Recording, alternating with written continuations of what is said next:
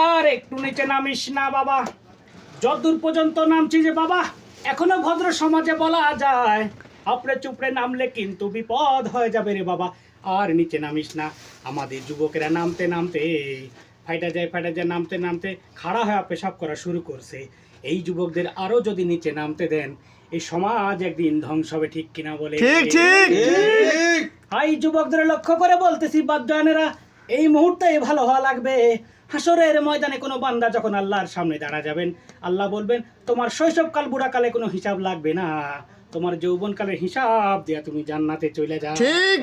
এই হাদিস দ্বারা বোঝা যায় যৌবনকাল তাই আল্লাহর কাছে অক্ষ করে দেওয়া লাগবে, ঠিক কিনা ভাই? ঠিক ঠিক কিয়ামতের দিন ৫০,০০০ বছর মানুষের হাসরের ময়দানে দাঁড়িয়ে থাকবে।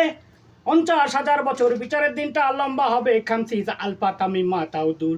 এই পৃথিবীতে তোমাদের গণনা মতে ৫০,০০০ বছর যত বড় লম্বা, কিয়ামতের বিচারের দিনটা হবে অত বড় লম্বা। মানুষেরা হয়রান হয়ে যাবে, গুনাহগারের মাথার চান্দি ফেটে গিয়ে মগজ গলে গলে গলে পড়তে লাগবে, জীবটা ঝুলে পুকুরের মতো নদীস্থল পর্যন্ত পড়ে যাবে। সারা ময়দানে শুধু